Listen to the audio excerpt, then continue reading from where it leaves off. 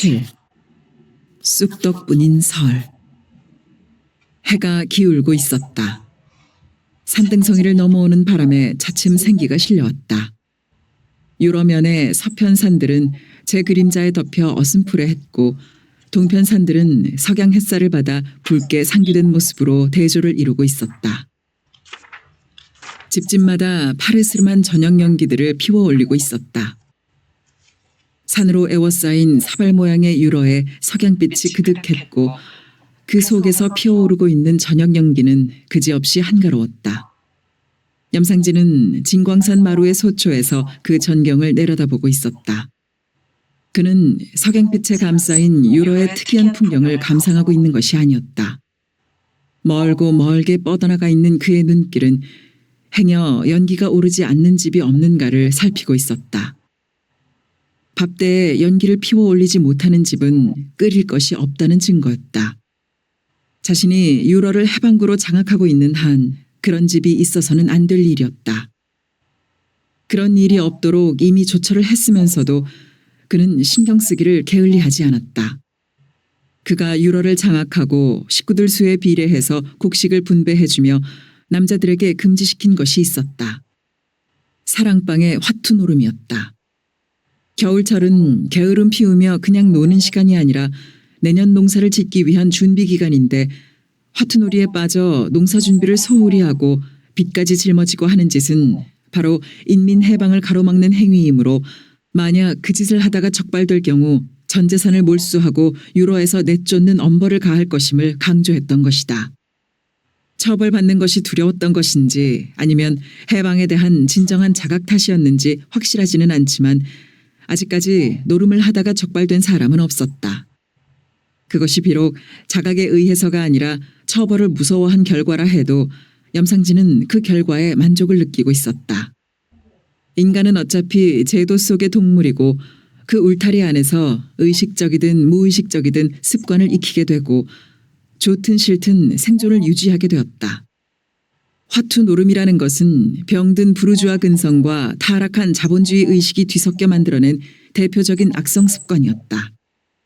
그런데 프롤레타리아일 뿐인 처지에서 그 못된 병에 감염되어 손쉽게 돈 얻기를 소원하고 그 돈으로 부르주아적 생활을 향유할 수 있기를 꿈꾸는 것이다.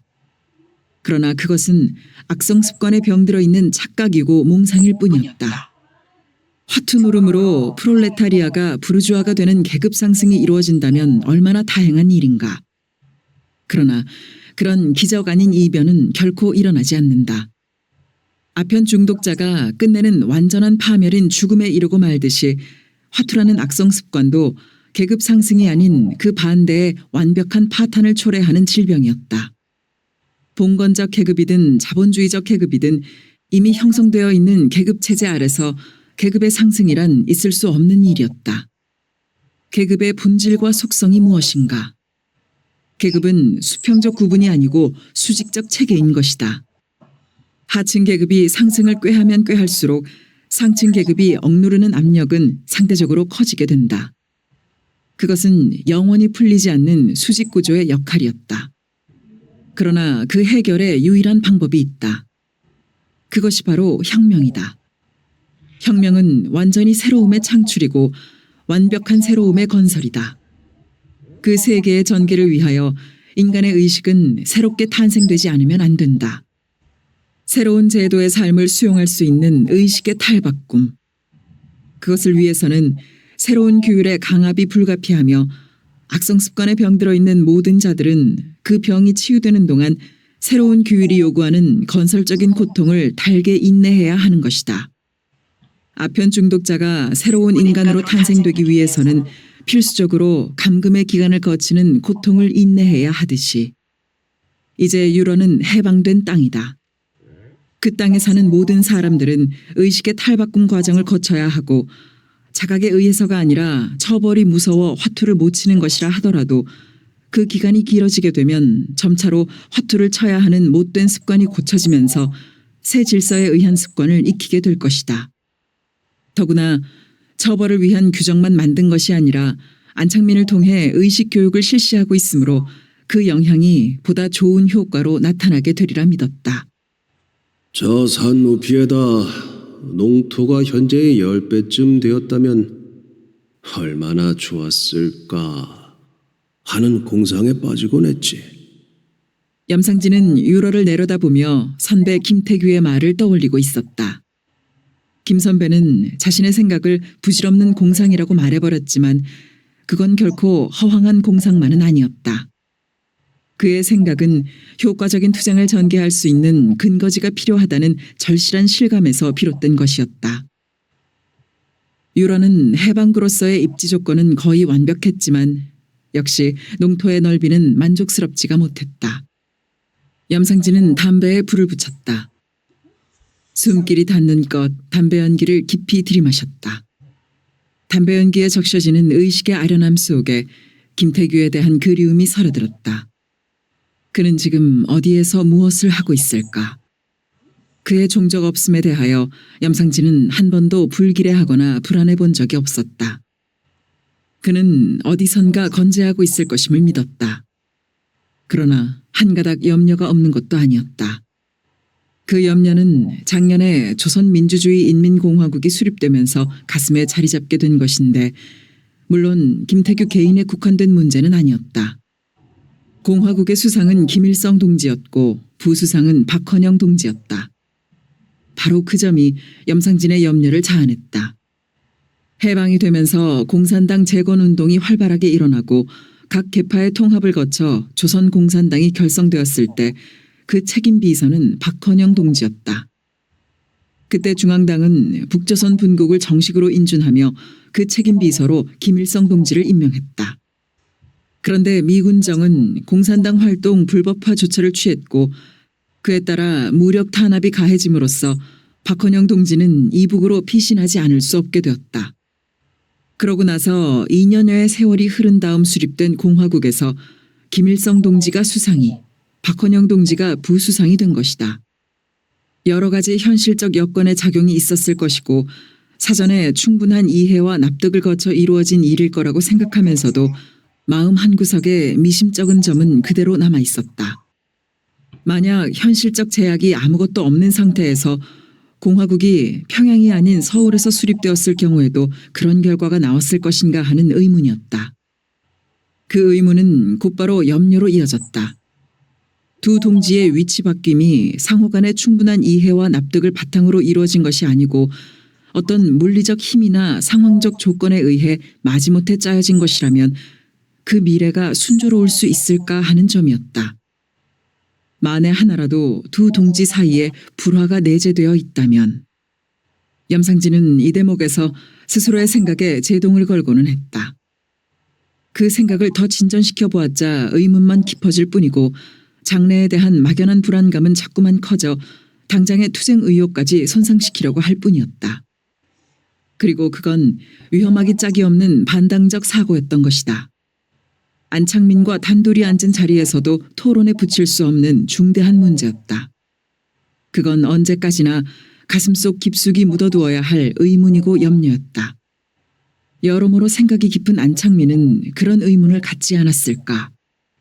그도 입 밖에 내지만 않았을 뿐 그런 생각을 하지 않았을 리가 없었다. 공화국 수립 소식이 퍼졌을 때 박헌영 저놈도 별 수 없지. 하며 우익 반동들도 예사로 코웃음을 쳤던 문제였다. 대장님, 저 아래 본부서 신호연기가 오르는구만이라. 부하의 보고에 염상진은 왼쪽 다리를 꺾어 구두 뒤축에다 꽁초를 잉끄렸다. 본부로 사용하고 있는 지서가 아득하게 멀리 보이고 그 앞에서 연기 두 가닥이 곧바로 하늘을 향해 뻗어오르고 있었다. 그 연기는 다른 집들에서 나는 연기와는 달리 바람을 타서 흩어지지 않았고 색깔도 검푸르게 짙었다. 그건 불길이 잘 보이지 않는 낮에 사용하는 봉화로서 토끼똥을 태운 연기였다. 그 신호는 조성책 오판돌과 보성책 이해룡이 도착했음을 알리고 있었다. 근무 철저히 하도록. 염상진은 초소에 있는 부하들에게 이르고 몸을 돌렸다. 예, 알겠습니다. 서너 명의 기운찬 합창이 염상진을 떠밀듯 했다. 염상진은 아래쪽을 향하여 뛰기 시작했다.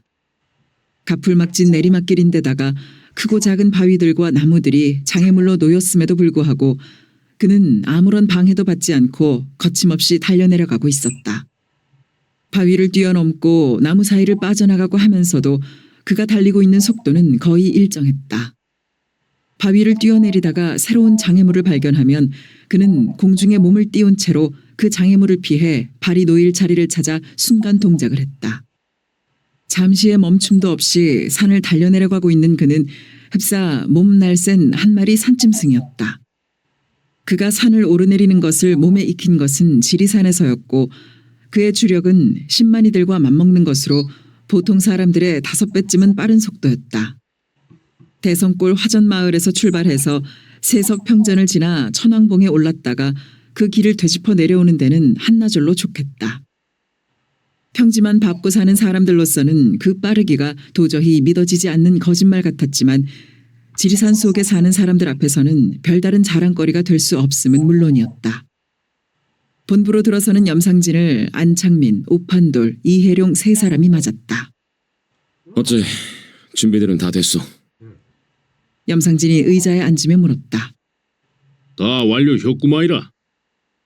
오판돌이 대답했고 이해룡은 눈길로 대답을 대신했다.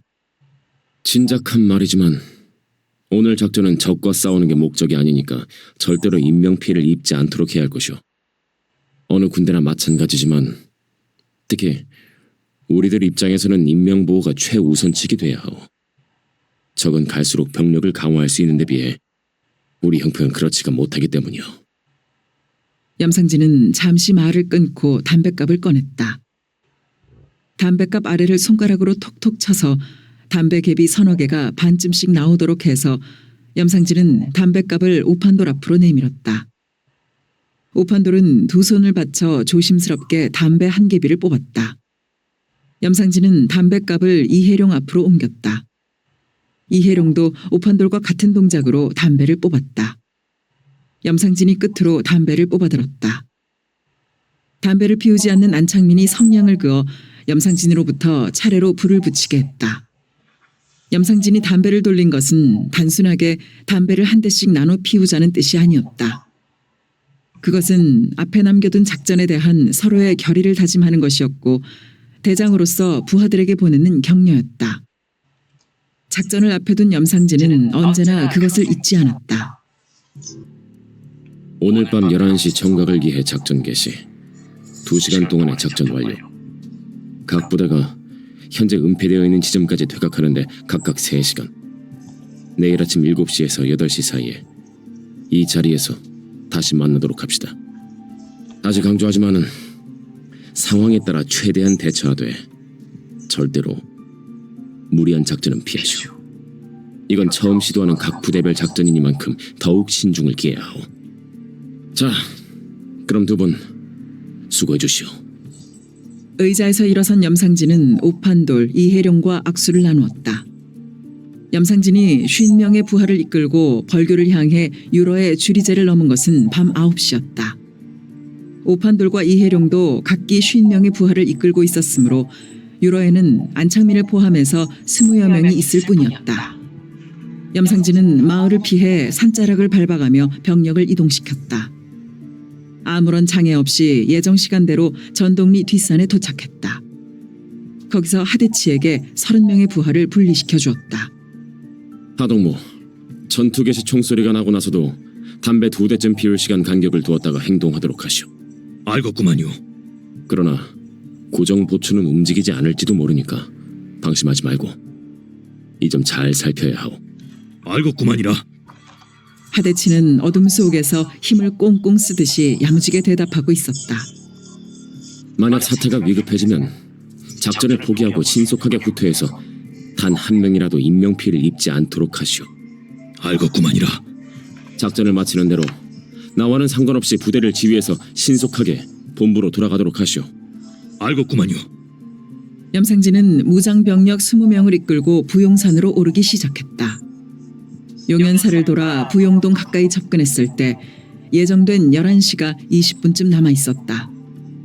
염상진은 부하들을 가까이 모이게 했다. 그리고 목소리를 낮추어 말을 시작했다. 오늘 작전은 적과 전투를 벌여 적을 죽이자는 것이 아니다. 적들을 우리 쪽으로 유인해서 시간을 오래 끄는 것이 오늘의 작전 목적이다. 그러니까 몸을 최대한 낮춰가며 명령에 따라 총을 쏘기만 하면 된다. 그렇다고 총을 하늘이나 땅바닥을 향해 갈기라는 말은 아니다. 반드시 적을 향해 쏘더래. 우선 몸조심을 하라는 뜻이다. 적을 유인하면서 한 놈이라도 죽일 수 있다면 그보다 더 좋은 일은 없다. 우리는 적을 유인하면서 칠동 쪽으로 서서히 물러날 것이다. 옆 사람과의 간격을 절대로 한 팔 이상 벌리지 말 것. 너무 간격을 벌렸다가는 날이 어둡기 때문에 부대를 이탈할 염려가 있다. 만약에 부대를 이탈해서 혼자 떨어지게 되는 경우에는 절대로 당황해서는 안 된다. 침착하게 정신을 차리고 산을 이용해서 본부로 돌아가도록 해야 한다. 반드시 산을 타야만 한다. 그것이 제일 안전한 방법이다. 모두 내 말 명심하도록. 11시 정각에 총성이 어둠을 찢어대기 시작했다. 막 잠자리에 들었던 심재모는 튕기듯이 일어나 방바닥을 더듬어댔다. 두 손을 아무리 휘저어도 머리맡에 두었던 성냥은 잡히지 않았다. 놀라 일어나는 바람에 그는 자신도 모르게 반바퀴나 돌아섰던 것이고 그가 머리맡이라고 생각해서 더듬고 있는 곳은 문 쪽이었다. 총소리는 한층 심해지고 있었다. 총소리에 따라 그의 마음은 더욱 다급해지고 있었다. 그러나 성냥은 손에 잡히지 않았다. 빌어먹을! 심재모는 버럭 소리질렀다. 그때 전화벨이 울렸다. 심재모는 벌떡 몸을 일으켰다. 그의 눈에서는 불이 번쩍 튀었고 그는 손으로 머리를 감싼 채 신음을 흘리며 주저앉고 있었다. 그는 성냥을 찾느라고 책상 가까이까지 와 있었고 그런 줄도 모르고 전화를 받기 위해 급히 일어나다가 책상 끝에 그대로 머리를 짓지은 것이었다. 총소리와 전화벨 소리를 어슴푸레하게 들으며 심재모는 한동안 꼼짝을 못하고 앉아 있었다. 서장입니다. 습격입니다. 그 철동 쪽 그 후미길의 부근입니다. 심재모가 수화기를 들자마자 쏟아져 나온 소리였다. 알겠어. 곧 나갈 테니 병력 대기 명령부터 내려주시오. 조처했습니다. 심재모는 아직도 욱신거리는 통증을 느끼며 자신이 엉뚱한 곳에서 성냥을 찾고 있었음을 그제야 깨달았다. 그는 성냥을 찾아들며 어이없는 웃음을 픽 흘렸다. 호롱에 불을 당기며 심재모는 이번 공격의 목적이 무엇일까를 신중하게 생각했다. 벌교를 직접 치고 들어오다니 정면 대결을 해서 끝장을 보자는 것인가? 심재모는 고개를 갸웃거렸다. 염상진의 속셈이 무엇인지 알 수 없는 일이었다. 그가 공격을 해온 마당에 맞서 싸우는 것이 우선은 급선무였다. 심재모는 서둘러 옷을 입고 숙소를 나섰다. 경찰서까지는 30여 미터의 거리였다. 10시까지 경찰서에 있다가 서장과 교대를 하고 숙소로 돌아왔던 것이다. 방금 조성과 보성에서 연락이 왔었습니다. 그곳에서도 공격이 시작됐다고 합니다. 심재모가 들어서자마자 권 서장이 긴장해서 한 말이었다. 이거 야단났군. 심재모의 입에서 얼떨결에 흘러나온 말이었다. 이렇게 되면 전면 공격을 감행하고 있는 게 아닌가? 정말로 끝장을 보겠다는 속셈인가? 심재모의 미간이 심하게 구겨졌다. 보고받고 뭐라고 지시했습니까? 심재모는 서장에게 눈길을 돌렸다. 여기도 같은 상황이니 최선을 다해 퇴치하라고 했습니다. 그럴 수밖에 없는 일이죠. 그런데 다른 방향에선 공격이 없습니까? 아직까진 없습니다. 칠동 쪽이라 미리 퇴로를 확보해놓고 공격을 시작한 모양이군. 심재모는 혼잣말을 하며 M1 소총의 놀이쇠를 후진시켜 익숙한 솜씨로 탄창을 장전하며 서장님은 여길 지키십시오. 난 전방을 맡겠습니다. 우리를 그쪽으로 유인해놓고 소아다리 쪽에서 치고 들어올지도 모릅니다. 하고는 민첩한 동작으로 사무실을 나갔다. 심재모는 역전까지 한달음에 뛰었다. 어쩌자고 일제히 공격을 가해온 것일까? 지난번과 같은 작전을 못쓰게 함인가? 그리고 지난번에 허를 찔린 데 대한 보복 공격인가? 글쎄, 개인 화기도 제대로 못 갖춘 상태에서 보복 공격? 아니지. 천치가 아닌 염상진이가 승산 없는 싸움을 걸어올리 만무하다. 전면 공격을 감행해 왔다면 유로는 비었을 것 아닌가? 북의 소대 병력만 더 있었더라도 유로를 치게 하는 것인데 경찰 병력과 청년단을 유로에 투입해? 아니다. 무리해선 안 된다. 어디에 함정이 있는 줄도 모르고 병력을 출동시킬 수는 없다. 심재모가 역전에 당도할 때까지 정리한 생각이었다. 병력은 역과 차부를 중심으로 포진해 있었다. 짙은 어둠 속에서 총성만 엇갈리고 있었다. 상황은 어떤가? 심재모는 상사에게 물었다. 상황이고 뭐고 너무 어두워 적의 위치도 숫자도 파악할 수가 없습니다. 적이 여기만이 아니라 조성과 보성도 지금 동시에 공격하고 있으니 숫자는 많지 않을 것이다. 우회 공격을 시도해보면 어떻겠나? 글쎄요. 오른쪽은 산줄기고 우회 공격을 하자면 천상 왼쪽 철길을 따라가야 하는데 지리를 훤히 알고 있는 적이 그만한 대비 안 하고 있겠어요? 상사의 어조는 다분히 부정적이었다. 작전 앞에서 몸을 사리는 일이 없는 상사의 말이라서 심재모도 신중을 기하지 않을 수 없었다. 적은 오히려 우회 공격을 기다리고 있을 수도 있었다. 어쩌면 좋겠어. 어두워서 아주 망했어요. 민가들이 촘촘히 박혔으니 수류탄을 까서 던질 수도 없고 답답한 일이긴 하지만 그냥 천천히 밀어내는 것이 어떨까 싶은데요. 세 군데서 동시에 싸움이 붙은 형편에 적이나 우리나 지원병을 못 받기는 똑같은 입장이니까 그것도 한 가지 작전일 수는 있어. 그런데 시간이 너무 걸리지 않겠어? 우리 하는 일이 싸우는 일인데 싸우면서 시간 좀 끌면 어떻습니까? 저놈들한테 밀리지만 않으면서 총질을 하다 보면 우리보다야 저놈들이 먼저 총알이 떨어지겠지요. 안전 도모를 위한 물량 작전을 하자는 것이었다. 지난번 같은 인명 손실을 내서는 안 된다는 것이 상사의 의중이라고 심재모는 생각했다. 그때 부상당해 순천 도립병원으로 후송된 병사들 중에 원대 복귀한 사람은 아직까지 한 명도 없었다. 병력 손실이란 사망자만이 아니고 중상을 입은 부상자까지 포함되는 것이었다. 총으로 입은 부상은 10중 8구 중상이게 마련이었다. 좋소. 총알이 떨어지면 도망을 안 갈 도리가 없겠지. 얼마든지 있는 총알 마구 갈겨대시오.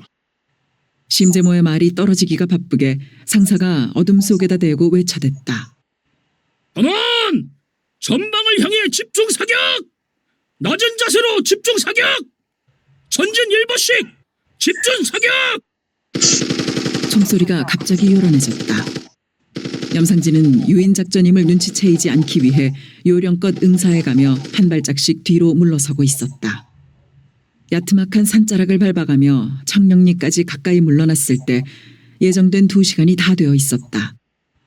염상진은 좌우로 빠르게 움직이며 부하들을 확인했다. 20명. 전원 무사했다. 지금부터 후퇴다! 각자 앞사람을 놓치지 말고 기운을 다해 달려야 한다! 자! 후퇴다! 횡계다리 위에 쌀가마니가 높게 쌓여 있었다. 그것은 모두 27가마니였는데 다리 위에 쌓여 있어서 그런지 그 형체는 유별나게 높고 크게 드러나 보였다. 그 쌀가마니들을 제일 먼저 본 것은 김범우였다. 아니, 좀 더 정확하게 말해서 어젯밤에 총성이 울리고 있는 동안에 그 쌀가마니들이 다리 위에 쌓이고 있었음을 그는 이미 알고 있었다. 총성이 울리기 시작한 직후 김범우는 예기치 않은 사람의 방문을 받게 되었다. 그의 앞에 나타난 것은 하대치였다. 가난한 사람들한테 한 주먹석이라도 골고루 놓아줘서 설을 세게 하자 그런 뜻인디요. 다른 지주들한테야 강제로 쌀을 뺏어내는 것이지만 대장님 말씀이 김 선상님한테는 예 갖춰 우리 뜻을 전하면 선선히 쌀을 내주실 것이다. 그러시등마요. 하대치란 사내가 막힘없이 한 말이었다. 작달막한 키에 돌덩어리 같은 견고한 느낌의 체구를 가진 하대치라는 사내를 김범우는 물끄러미 올려다보고 있었다. 키도 인상도 염상진과는 전혀 어울리지 않는데도 그 사내가 염상진의 부하로서는 더할 수 없이 안성맞춤이라는 생각을 하고 있었다. 어쩌실라요?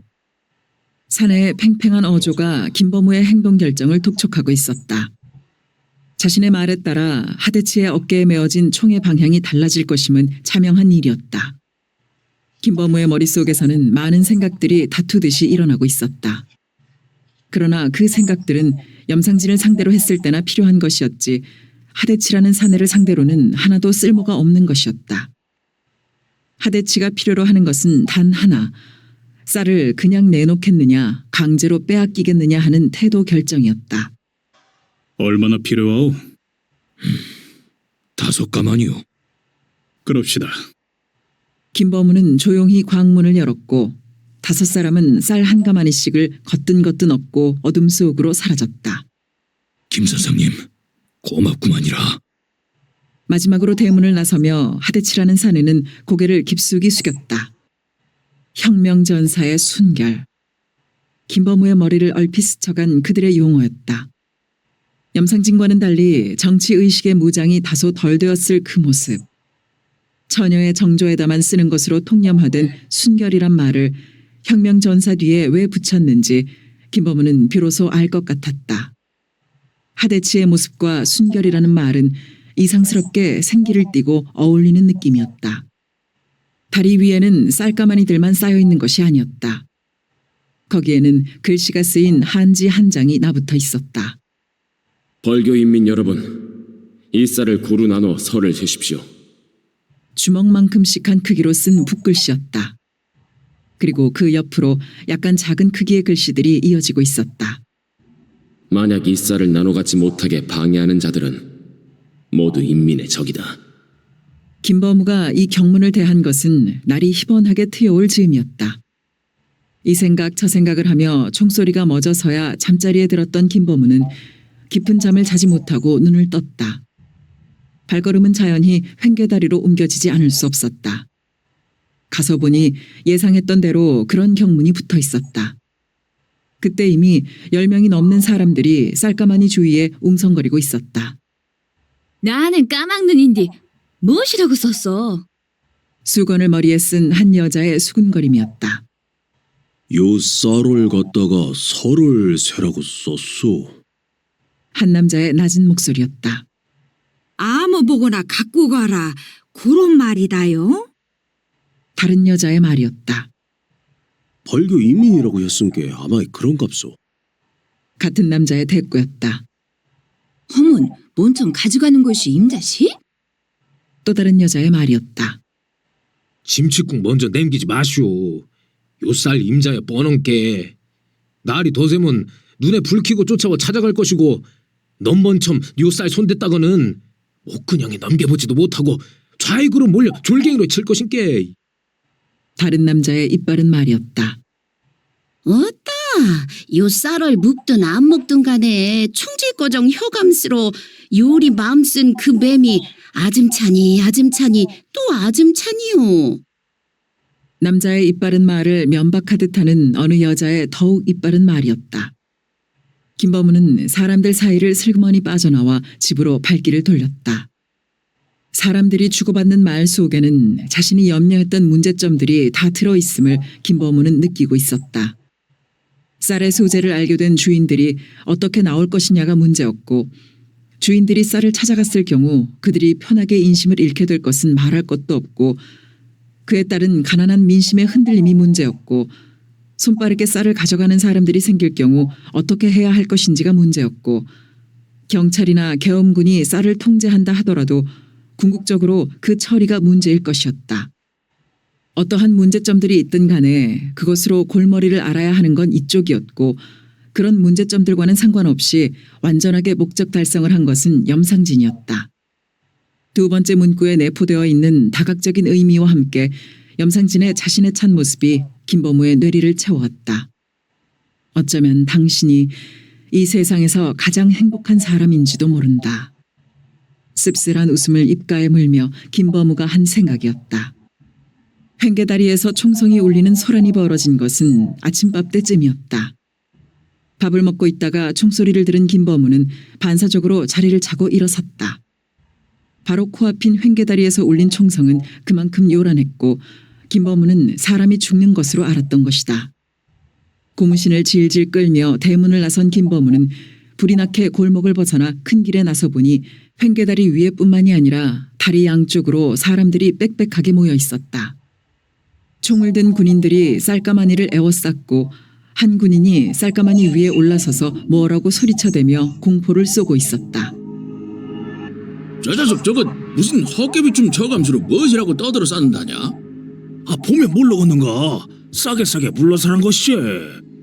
왔다 자네 영 똑똑해쁘네. 넘이사 구경을 하든지 말든지 간에 쌀도라고 안 할 것인지 어째 구경하는 권리거정 막으려고 하냐 그 말이지 나 말은. 인정하를 난 또 무슨 소리라고. 하여튼지 간에 싹가스 본지도 오랜디 귀경치고는 한 분 얼만한 귀경거리시. 염상진이 그 사람 인물은 인물이란게 어찌 우리 기맥힌 일을 꾸며내냔 말이오. 시덥지 않은 소리하고 앉았네. 염상진이니께 요런 일 해내죠 어째. 김범우는 다리 쪽으로 눈을 보낸 채 두 남자의 말에 귀를 기울이고 있었다. 바로 옆에서 하는 말을 들으려고 신경을 모아야 하는 것은 사람들이 많이 몰려든 탓만이 아니었다. 모여선 사람들은 두 남자처럼 제각기 짝을 맞춰 말들을 주고받고 있어서 그 소란스러움은 공포로 쏘아대는 총소리로도 잡을 수가 없었다. 저 총질 해대는 군인놈을 갱물에다 첩박아 뿌려라. 싹 쏘는 놈이 누구 앞에서 총질해. 갱물에다 대게이부터 칵 쳐박아 뿌려. 어느 남자의 외침이 사람들 사이에서 터져올랐다. 소란스러움이 뚝 멎었다. 그 순간적인 고요는 섬뜩하게 차가웠다. 맞아. 쥐가 군인이면 다요? 요 많은 사람을 뭘로 보고 총질이요? 저런 버르장머리 싹 뜯어 고쳐줘야 해요. 다른 목소리에 맞장구였다. 그 목소리는 별로 크지 않았는데도 조용함 때문에 또렷하게 들렸다. 말이야 맞는 말인디 순서가 틀렸구만.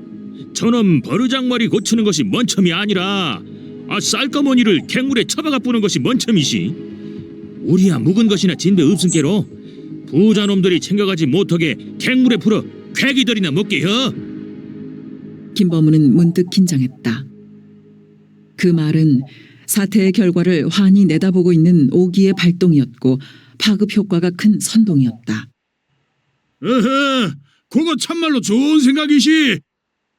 하문, 니도 나도 못 먹을 놈의 쌀 괴기들이나 미겨야지 공평하지.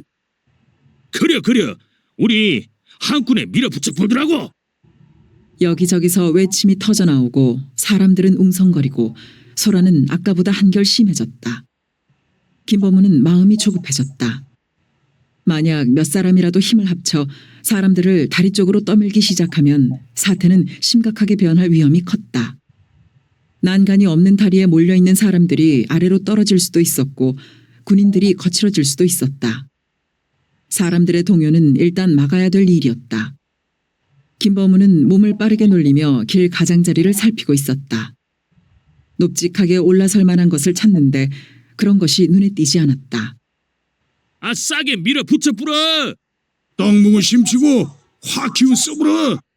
하면 여자들은 뒤로 빠져. 분위기는 점점 험악해져 가고 있었다. 다급한 김범우의 눈에 잡힌 것은 전신주였다. 그는 잠시 멈칫했지만 체면불구하고 전신주를 두 손으로 붙들었다. 여러분, 내 말을 들으시오. 전신주의 첫 번째 발받침쇠에 몸을 실은 김범우는 목청을 다해 소리쳤다. 소란이 멎으며 사람들의 눈길이 일제히 그에게 쏠렸다. 원숭이 맨키로 전부상대에 달랑 올라앉은 저 물건은 니기요? 김부잣집 아들 아닌감. 울지라, 긁어본께로 그 사람이시. 시끄럽소 참. 한 여자가 두 남자를 향해 쏴질렀다. 여러분, 우리 집에서도 저기다가 쌀을 내놨습니다. 김범우는 면구스러움이 왈칵 끼쳐오는 것을 느꼈고 그러나 사람들을 효과적으로 설득시키려면 어쩔 수 없다는 생각을 하며 그러나 우린 그 쌀이 다시 찾아오는 짓은 안 할 겁니다. 저 쌀을 바닷물에 던지는 것이 해결책이 아닙니다. 우리 집처럼 다른 사람들도 저 쌀을 찾아가지 않으면 어떻게 되겠습니까? 그 결과를 보지도 않고 쌀을 바닷물에 던져서야 되겠습니까? 해결은 지금부터입니다. 여러분들은 결과를 기다리십시오. 일이 좋게 처리되도록 제가 노력하겠습니다. 여러분, 이제 집으로 돌아가십시오. 봐봐야 쌀가만입니다. 돌아들 가세요. 그는 사람들을 휘둘러 보며 말을 마쳤다. 어이쿠메 소방님, 뭐 어디 다치신 데는 없으신 게라? 전신주에서 뛰어내린 김범우를 머슴 천서방이 부축하며 울상을 지었다. 김 선생, 고맙습니다. 김범우 앞에 우뚝 서 있는 건 심재모였다. 김범우가 말을 하는 동안 그는 전신주 아래 와 있었던 것이다. 고맙긴요. 김범우는 손바닥을 털며 어색한 웃음을 피웠다. 누가 선동을 하는 줄 알았지 뭡니까? 김범우는 고개를 끄덕이며 안 해도 상관없는 말을 굳이 하는 것이 심재모의 솔직성이라고 생각했다. 저걸 어떻게 하실 겁니까? 우선 경찰서로 옮기게 했습니다. 해결 방법을 찾을 때까지 그게 좋을 것 같아서요. 김범우는 그저 고개를 끄덕였다. 그러나 그의 마음에서는 고개를 가로젓고 있었다. 해결 방법. 그건 찾으려고 해서 찾아지는 것이 아니라 싶었다. 김 선생, 죄송하지만 조금 있다가 제 사무실로 좀 나와주시겠습니까? 의논 드릴 일도 있고 김 선생 댁도 피해자고 하니까요. 그러지요. 김범우는 피해자라는 말이 거슬렸지만 그냥 지나쳤다. 사람들이 흩어져 가고 있었다. 군인들이 쌀가마니들을 달구지에 옮겨다 싣고 있었다. 김범우가 심재모의 사무실에 도착하니 네 사람이 그를 기다리기라도 하듯 버티고 앉아들 있었다. 최익달, 윤삼걸, 안재길, 최익도가 그들이었다. 그들은 나간 뻘을 깔고 앉은 지주들이면서 집들이 읍내 안통이 아니라 횡계다리 언저리인 복림이거나 홍교동이어서 변을 당한 사람들이었다. 그들은 말을 못하게 하는 벌에서 풀려나기라도 한 것처럼 서로 말을 많이 하려고 들었다. 그런 그들 사이에서 김범우 혼자만 묵묵히 앉아 있었다. 그들의 많은 말은 결국 염상진에 대한 욕이었다. 염상진은 그들의 입에서 몇 번씩이고 죽어갔다. 심재모는 그들의 말을 제지했고 쌀을 어떻게 처리하면 좋겠느냐는 말을 꺼내놓았다. 도둑맞은 물건을 찾았으니 응당 주인이 가져가야 한다는 것이 그들의 일치된 의견이었다. 그들의 말은 분명했고 그들의 태도는 완강했다. 간단하게 해결 방법이 찾아진 것이었다. 김범우는 심재모의 시선을 느꼈다. 김범우는 심재모를 향해 보일 듯 말 듯 고개를 저으며 그들의 뜻대로 해주라고 눈으로 말하고 있었다. 됐습니다. 다들 쌀을 가져가시도록 하시죠. 심재모가 의자에서 일어나며 말했다. 그들은 심재모의 노고를 치하한다는 말을 한마디씩 던지고 사무실을 나섰다. 난 번번이 심리전에 참패를 당하고 있습니다. 전쟁을 어디 무기로만 하는 겁니까? 난 이번에 갈데없는 인민의 적이 되고 말았습니다. 염상진. 그 사람 당할 수가 없는 무서운 적입니다. 얼굴이 구겨진 심재모의 말은 침통했다. 김범우는 말없이 그에게 담배를 내밀었다. 당신의 능력이 부족한 게 아니라 상황이 염상진을 유리하게 만들고 있어 하는 말은 입 밖에 내지 않았다. 김 선생은 어떡하시겠어요? 심재모가 담배를 뽑아들며 물었다. 아까 사람들 앞에서 말한 대로 난 찾아가지 않겠어요. 난 강도를 당한 게 아니라 자의로 내놨으니까요. 그렇다고 그 쌀 처분을 심사령관한테 맡길 수도 없는 노릇이군요. 심사령관이 그 쌀을 맡아 아무리 좋은 뜻으로 쓴다 해도 결과는 염상진의 뜻에 동조한 것이 되고 마니까요. 직책상 그건 난처한 입장에 빠지게 되는 일이지요. 난 그 쌀을 서민영 선생이 야하게 기증할 작정입니다. 선생님이 유익하게 쓰시겠죠. 자의로 내놓다니요? 강제로 뺏긴 게 아니란 뜻입니다. 아, 예. 저는 조성을 거쳐 보성까지 가야 합니다. 그 두 곳도 여기와 똑같은 일이 벌어져 있습니다. 내가 어젯밤에 완전히 속고 말았어요. 심재모는 쓴웃음을 지으며 모자를 집어들었다. 고개를 끄덕이며 느리게 일어서고 있는 김범우는 어차피 정치의식을 기반으로 한 전술 전략이란 복합적이고 다목적적이게 마련이지만 이번 일에는 가난한 사람들의 서울을 진정으로 아파한 염상진의 마음이 무엇보다도 크게 작용했을지도 모른다는 생각을 했다. 음력설이 이틀 남아 있었다. 언제나 그렇듯 가난한 사람들에게 명절이란 없는 이만 못한 것이었다. 맨살 드러나 듯한 가난을 새삼스럽게 확인하며 서러워해야 했고 철없는 어린 것들의 기대에 찬 눈망울을 애써 외면하며 가슴 아파야 하는 것이 명절이었다. 그러나 설은 명절 중의 명절이었다. 추석이고 대보름을 큰 명절이라 하지만 그것은 다 설을 앞세운 다음의 이야기였다. 설이 이틀 앞으로 다가왔을 때 아무리 가난한 사람이라도 그 나름의 설 채비는 끝내놓고 있었다. 설이 되면 비렁뱅이도 쪽박에 낀 때를 벗기는 법이라고 했다. 가난한 사람들의 설 채비라는 것은 거의가 엇비슷했다. 농사일에 쫓기는 틈틈이 뜯어모아 처마 그늘에 말려두었던 쑥을 꺼내 물통에 담갔다. 쑥에 도끼를 우려내고 쌀을 많이 섞지 못하는 떡을 보드랍게 하자면 서너 차례 물갈이를 하면서 이틀은 걸렸다. 그 사이에 온 식구의 빨래를 하고 밤이면 해진대를 깁는 손질을 하는 것이다. 쑥을 건져내 물을 짜내기 전에 쌀을 물에 담가야 했다. 그때 가난한 아낙네들은 새로운 시름에 잠겨들었다. 하루 한 끼를 죽으로 살면서도 깊이 깊이 묻어두었던 쌀을 꺼내놓고 보면 한 대박. 그것은 산 사람들의 몫이 아니라 조상님네의 몫이라고 없는 것으로 잊고 있었던 것인데 막상 펼쳐놓고 보면 쌀 아래 서린 빈한이 가슴을 저미는 서러움이었다. 인절미는 아예 바라지도 않지만 흰 떡이나마 만들고자 하는 마음이 자아내는 감상이었다. 그러나 그런 마음은 치마에 묻은 검불 털어내듯 훌훌 털어버려야 했다. 그 쌀이나마 없어 장리쌀을 얻으려고 있는 집 문전을 기죽어 기웃거리지 않는 것만도 조상님 덕분이라 여겼다. 쑥떡은 쪄내놓고 나면 말이 떡이지 쌀가루 기운으로 겨우겨우 엉긴 상태의 쑥덩어리였다. 그것을 절구통에 넣고 쳐대면 쌀의 찰기가 좀 더 살아나고 쑥이 몽그라져 풀이 죽으며 떡 모양새가 되었다. 아이들은 그것이 남아 양쪽 손에 들고 길길이 뛰며 설 기분을 돋우었다. 염상진의 아내 죽산댁은 물통에서 건져낸 쑥을 두 소나기에 몰아넣고 꽁꽁 힘을 써가며 물기를 짜내고 있었다. 딸 덕순이는 부엌에서 불을 지피고 있었다. 덜 마른 솔까지는 매운 연기를 내뿜었고 아궁이 앞에 앉은 덕순이는 이리저리 연기를 피하며 저고리 소매 끝으로 연방 눈을 훔쳤다. 장작가 집을 비웠어도 큰 집은 큰 집일게. 우선 요것으로 설치비를 허라. 나아가 또 눈치 마감스러 쌀말이나 더 갖고 올려랑인게.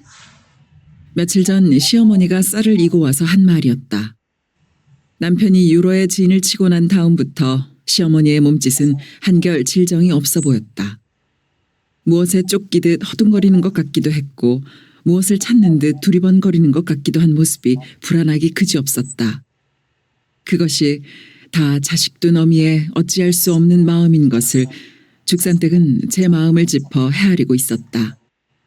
남편이 좌익에 미쳐 그리 정신없이 돌아치며 집안을 외면할수록 아들 광조에게 쏟아지는 정은 더 애달프고 간절하고 살뜰해져 갔다. 남편과 자식의 차이라는 것은 어떻게 말로 되어지는 것이 아니었다.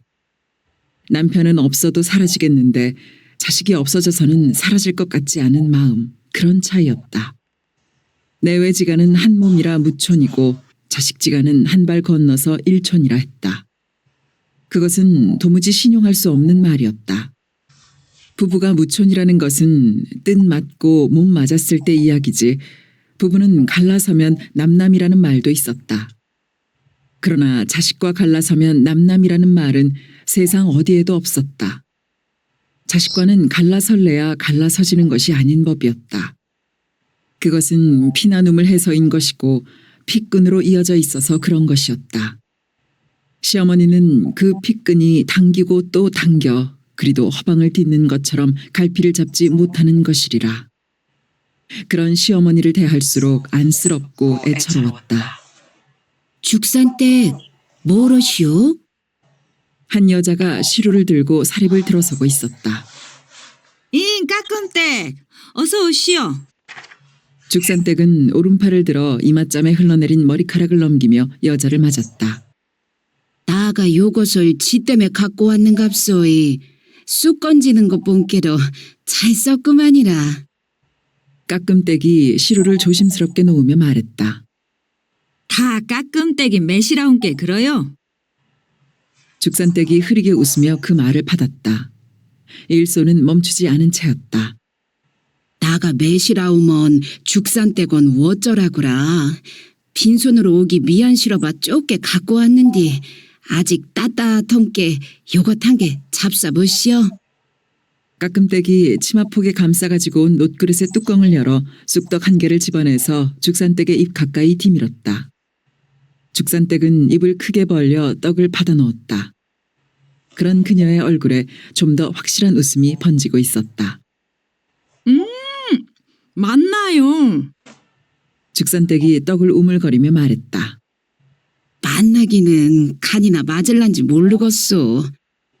쌀이나 쪽간 낮게 넣었음사 묵을만 할 것인디. 금매 말이요. 그리만 됨사. 그 매시라운 솜씨에 얼마나 좋겠어. 그려라. 읍시 삼시로 솜씨 매시라운 것도 서름이제라. 깎음댁은 측은한 눈길로 죽산댁을 바라보았다. 죽산댁은 큰 허우대로 보아서는 어울리지 않는다 싶게 음식 만드는 솜씨가 좋았다.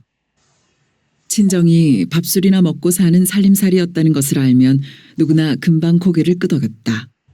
음식 솜씨라는 것도 살림살이에 따라 층하가 지게 마련이었다. 고기도 먹어본 놈이 잘 먹더라고 음식 솜씨도 생활이 넉넉한 속에서 자라나며 가지가지 손끝에 익혀 배우는 것이었다. 참 정제에 독순이가 있는 것 아니오? 깎음댁이 뒤미쳐 생각난 듯 물었다. 불 떼고 있을 것이요. 글몬 식기 전에 떡 한쪽 비겨야제라. 깎음댁은 부엌을 향해 야, 덕순아, 이론이라. 떡 한쪽 묻고 불 떼그라. 있는 것 목청을 뽑았다. 부직갱이를 든 채로 덕순이가 뛰어나왔다. 덕순이는 멈칫 서며 아짐씨 오셨는 게라. 하며 고개를 꾸벅했다. 어따 인사성도 복다. 얼렁 요 떡 한 개 묵어봐라. 아짐씨가 만든 것인께. 깎음댁이 떡을 집어 내밀었다. 덕순이는 어머니의 눈치를 보며 머뭇거렸다. 묵어라 얼렁. 죽산댁이 딸을 옆눈길로 보며 쿠렁하게 말했다. 그때서야 덕순이는 떡을 두 손으로 받아들었다. 아이고 매 어쩔 거나. 내가 매워서 우리 새끼 눈에 눈물 범벅이시왜. 깎음댁이 끌끌끌 혀를 찼다. 연기가 매워 눈물을 찔끔거린 덕순이의 눈 가장자리는 얼룩이 져서 지저분했다. 덕순이는 부끄러운 몸짓을 지으며 얼른 돌아섰다. 워낙에 난구가 설몰라 논께로. 죽산댁은 말끝을 흐렸다. 금매 말이요. 난구할라 흔어덜 안 어는께 모를 새가 있어야제라.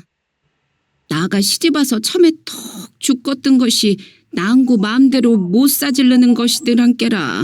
쌀했길라 난구했길라 숨이 막혀 살 수가 있어야제라.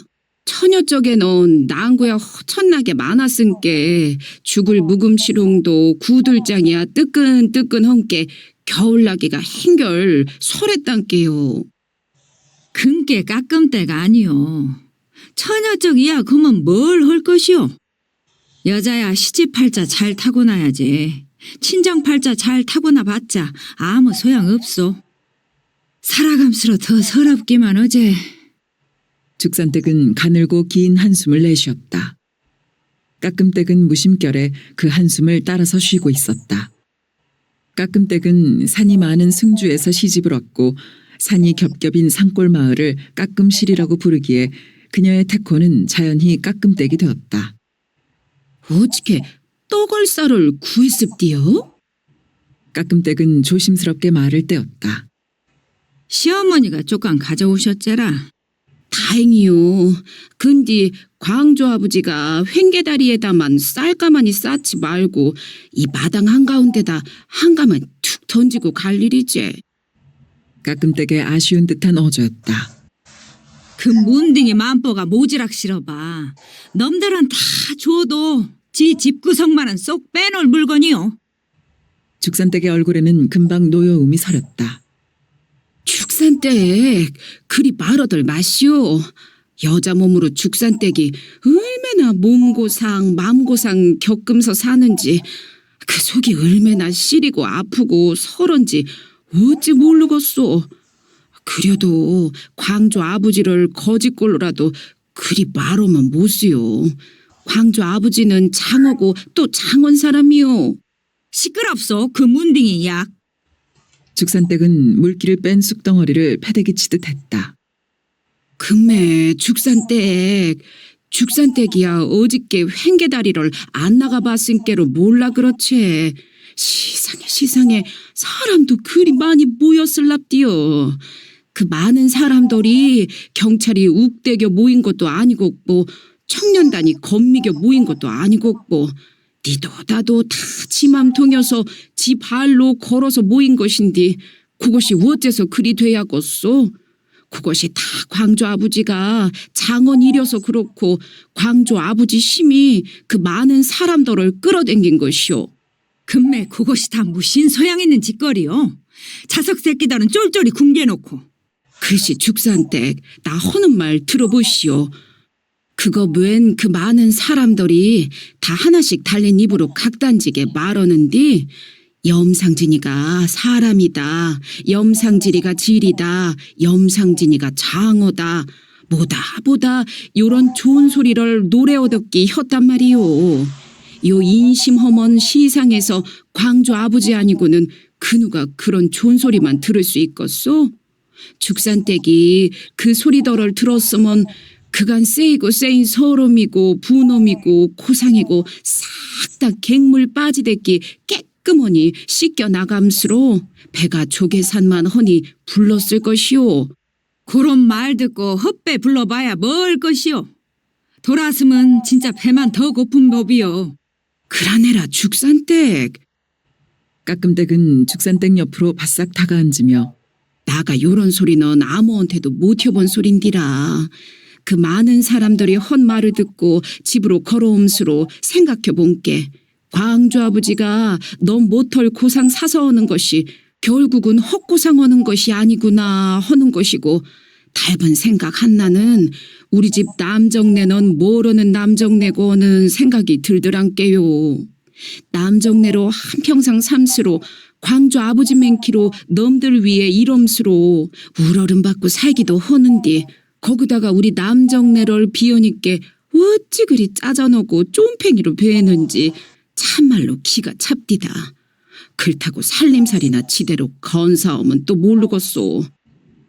나무 한 집 여축 없이 깨을러 빠졌음수롱도 술이야 허먼 두 눈에 불을 켜고 화투야 허먼 자다가도 귀가 번쩍하는 것이 그 문딩이요. 요번에 광조 아버지가 쌀을 골로로 갈라 설러 쇠라고 였는데 우리 집은 그 쌀 한 알갱이도 받을 자격이 없는 집이요. 광조 아버지가 쌀을 주고 잡아온 것이 지성으로 이름스러도 가난하게 사는 사람들이고째. 우리 집 남정네 뱅키로 깨어른 물건들한테는 외래 벌을 내렸을 것이망요. 하여튼지간에 광조 아버지는 장어고 죽산댁도 헛고생하는 거이 아닌께 심지게 살아야쓰요.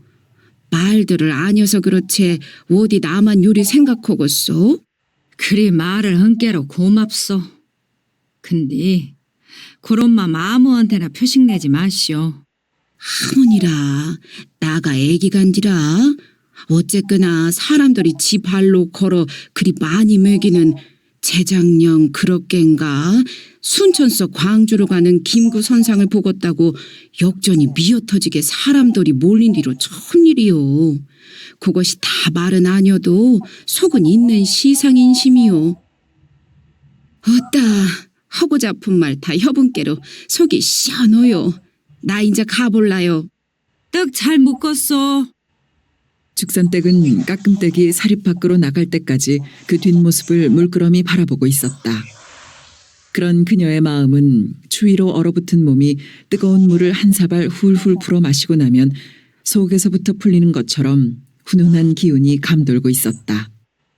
죽산댁은 전혀 내색은 하지 않았지만 횡계다리에 쌀가마니를 쌓았다는 말을 듣고 문댕이 잡지랄하네. 하는 감정이 불쑥 솟겼던 것이고 한참을 생각하다 보니 오랜만에 사람 같은 짓 했다는 생각이 들기도 했던 것이다. 회정리 3구의 김복동의 아내 장흥댁과 노독보의 아내 조성댁은 예년처럼 지삼봉이가 머슴살이를 하는 이춘삼의 집에 불려가 설채비 음식장만을 거들고 있었다. 그네들은 하루 밤낮을 꼬박 엉덩이 한 번 제대로 붙이지 못하고 허리 한 번 제대로 펴지 못한 채 종종 걸음을 치며 일에 시달렸지만 일정하게 정해진 품삯을 받아본 적이 없었다. 안주인인 박씨도 품삯을 정하지 않았고 그네들도 품삯 정하기를 바란 적이 없었다. 일을 끝내고 나면 박씨는 자기 요령대로 쌀뎃박을 퍼주었고 그네들은 아무런 불평 없이 머리 조아려 그것을 받아들었다.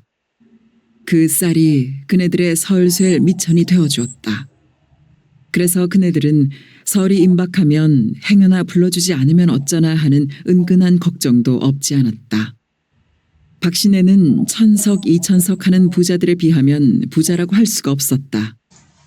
그러나 박씨네는 농사가 얼마 안 되는 대신 이춘삼이가 자해병원 건너편에 물방을 차려놓고 있어서 그 재산이 얼마인지 속을 아는 사람은 없었다. 읍내에 하나밖에 없는 그 물방은 장날이 아니어도 언제나 사람이 끊이지 않았다.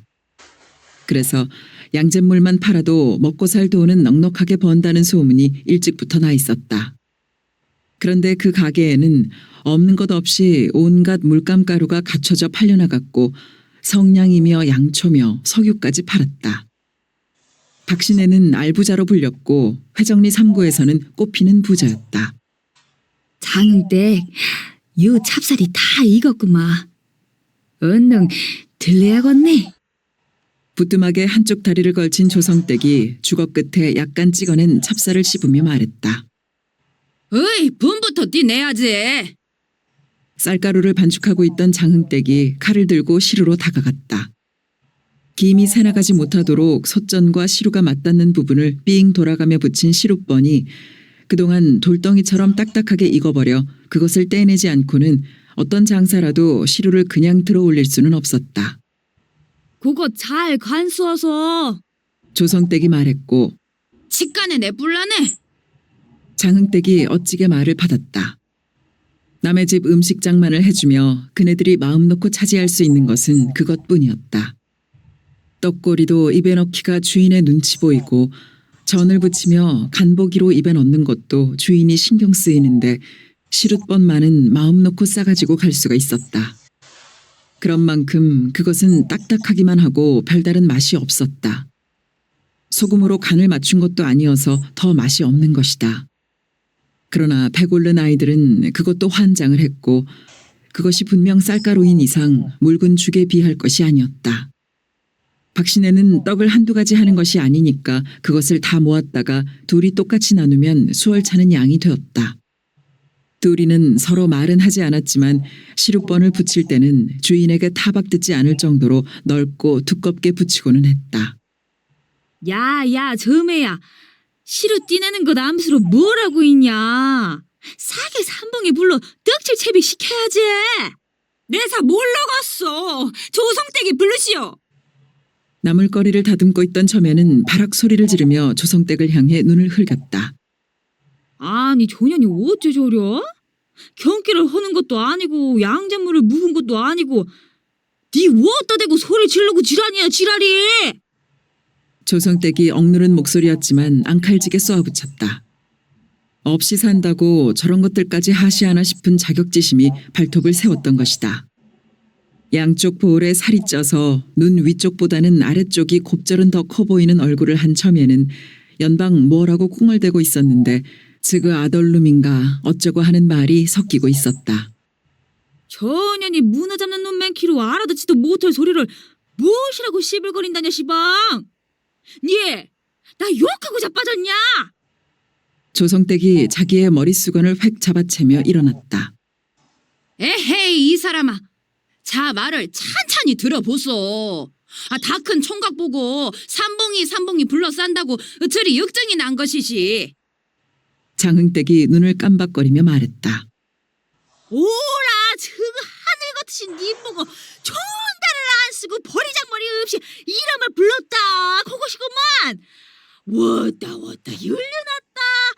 춘향이 찜자목을 열려놨다. 나물거래 춘향이요 벌개거래 정외로시.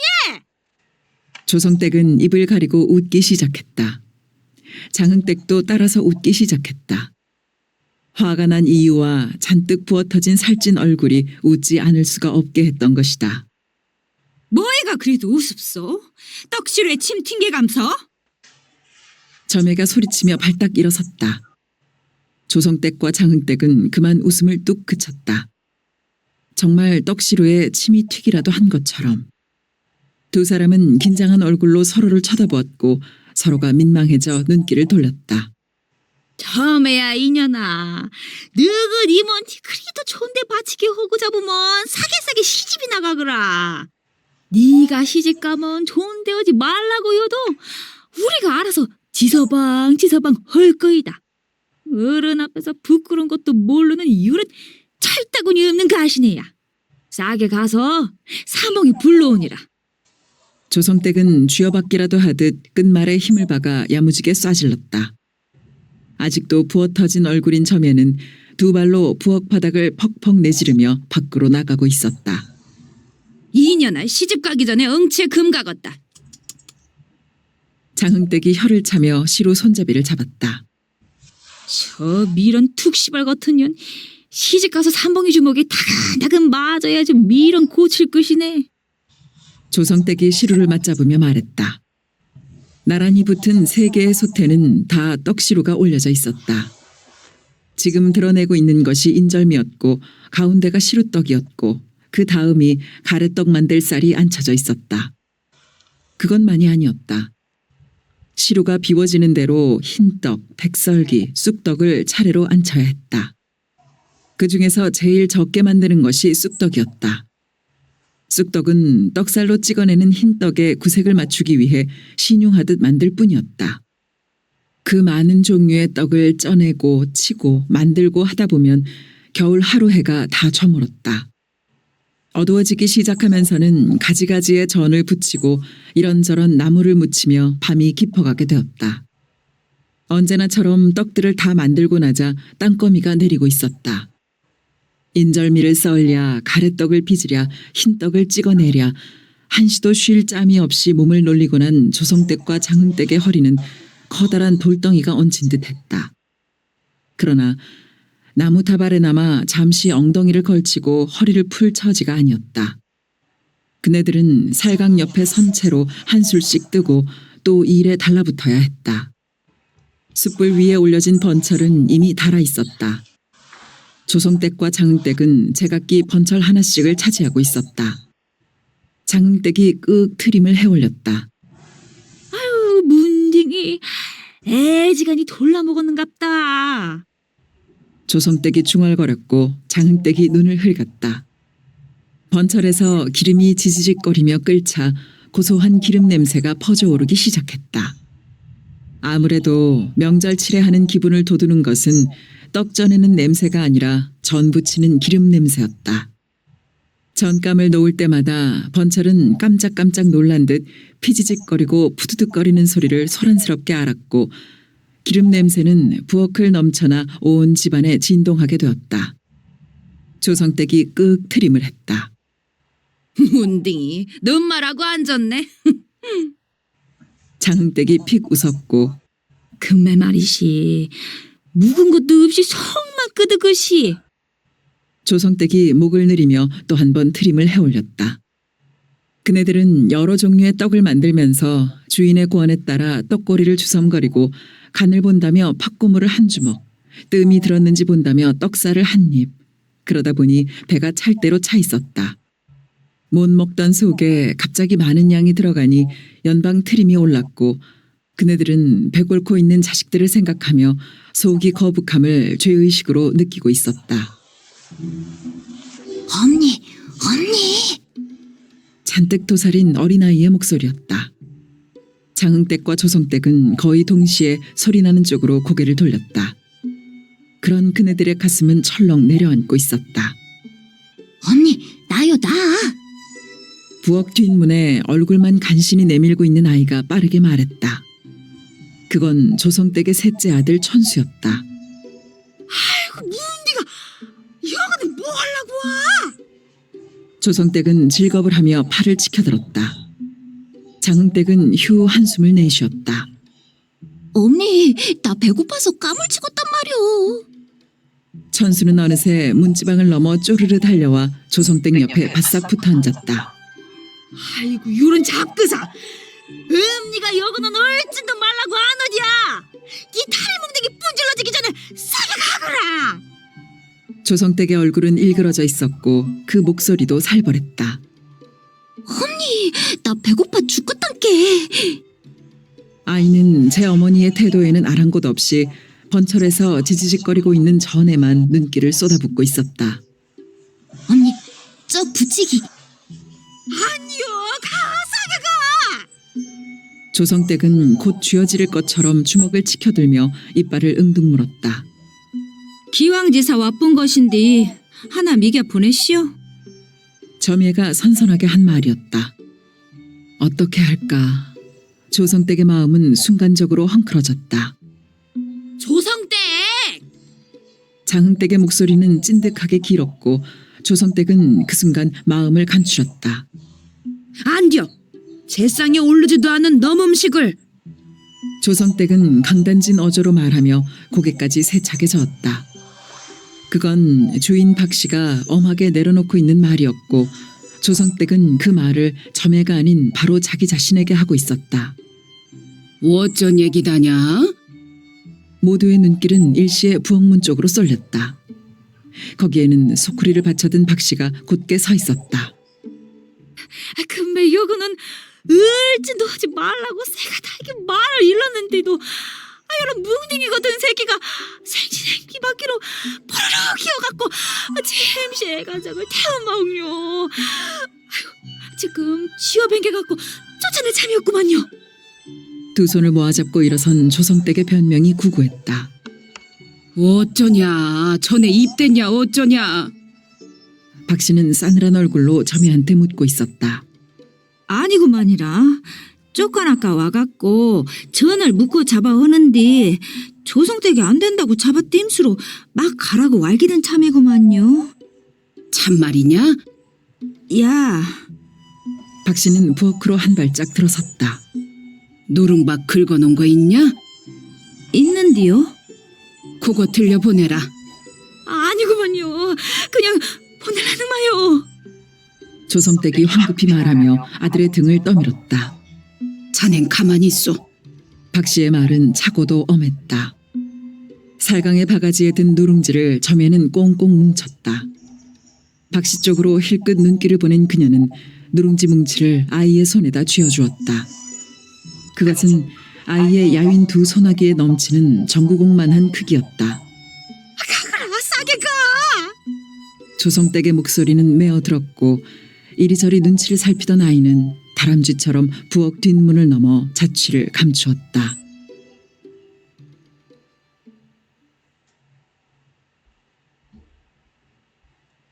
(8) 어두운 정월 대보름.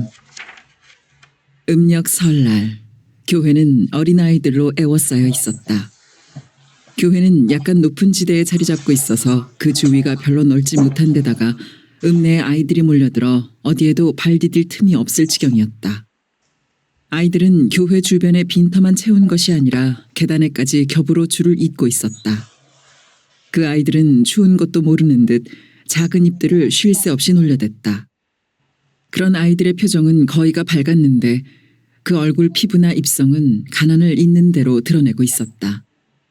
그 아이들은 떡을 받으러 온 것이었다.